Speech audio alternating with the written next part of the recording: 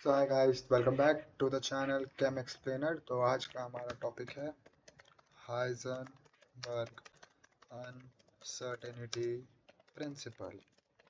Heisenberg uncertainty principle आपने बहुत देखा होगा ये एटॉमिक स्ट्रक्चर में।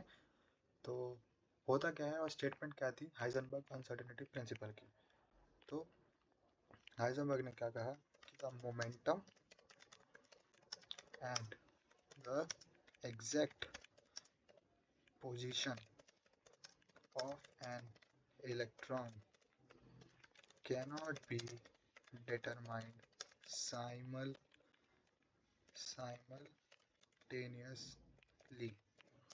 The momentum and exact position of the electron, क्या मतलब कि हम उसका पोजीशन की इलेक्ट्रॉन कहाँ पे, मोमेंटम मतलब मास तो कांस्टेंट है, तो मतलब वेलोसिटी, हम वेलोसिटी और पोजीशन को डिटरमाइन नहीं कर सकते एकदम एग्जैक्टली और दोनों को एक साथ साइमल्टेनियसली, मतलब दोनों को एक साथ।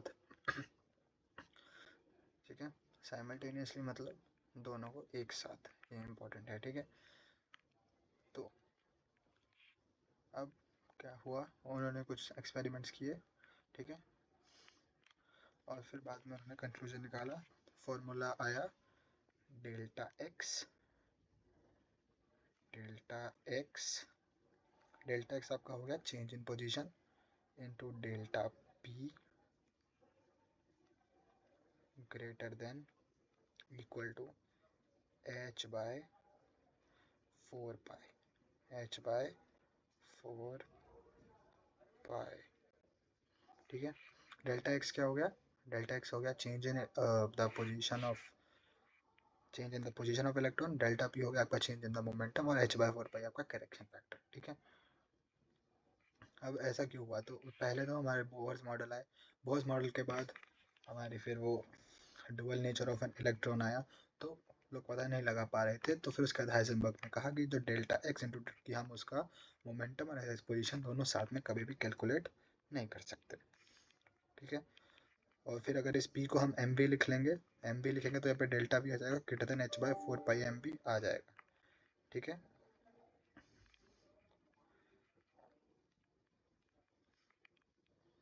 तो फिर इसके बाद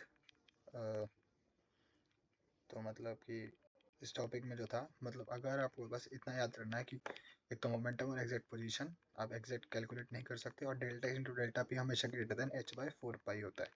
ठीक है, ये आपका फॉर्मूला है और ये बहुत यूज होता है अगर आप जेई के लिए प्रिपेयर कर रहे हो, बोर्ड्स के लिए प्रिपेयर कर रहे हो, तो ये बहुत इंपॉर्टेंट फॉर्मूला है। इसका डेरिवेशन होता है बट ये अभी आपके सिलेबस में नहीं है। ठीक है,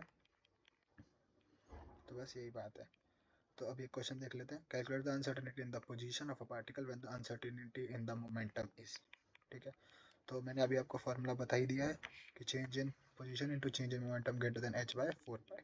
ठीक है, तो uncertainty in the when the momentum, तो आपको डेल्टा पी दे दिया तुमको, ये है, यहाँ से तुमको डेल्टा पी दे रखा है 10 टू द पावर ऑफ एक, वो ट्राइंगल का मतलब exponent 10 to the power -3 gram centimetre. ठीक है, तो सबसे पहले इसको कन्वर्ट कर लेना केजी और मीटर में। ठीक है, तो ग्राम क्या हो जाएगा, 1/10 टू द पावर 10 ग्राम हो जाएगा 10 टू द पावर -3 केजी, तो -6, और सेंटीमीटर 10 टू द पावर -2, तो 10 टू द पावर -8 हो जाएगा।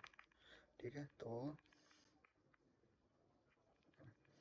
ये आप तुम्हारा क्या हो जाएगा, 10 to the power of -8 kg metre पर सेकेंड। ठीक है, तो डेल्टा पी आ गया, एच आपको मालूम है, एच क्या होता है, एच होता है प्लैंक्स कांस्टेंट, तो एच की वैल्यू भी तुमको मालूम है 6 पॉइंट,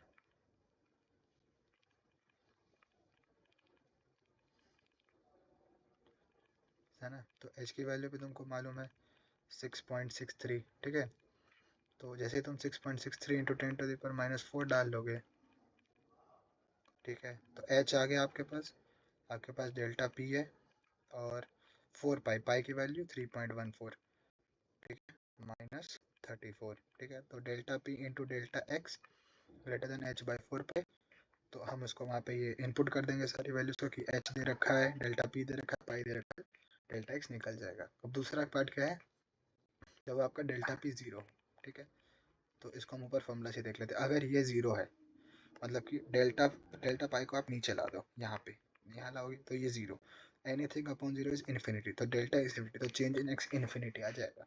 इसीलिए हम कभी एग्जैक्ट बता ही नहीं सकते कि अगर एक में चेंज जीरो है तो आप दूसरा कभी बता ही नहीं पाओगे। तो ये है आपका हाइजेनबर्ग अनसर्टेनिटी प्रिंसिपल।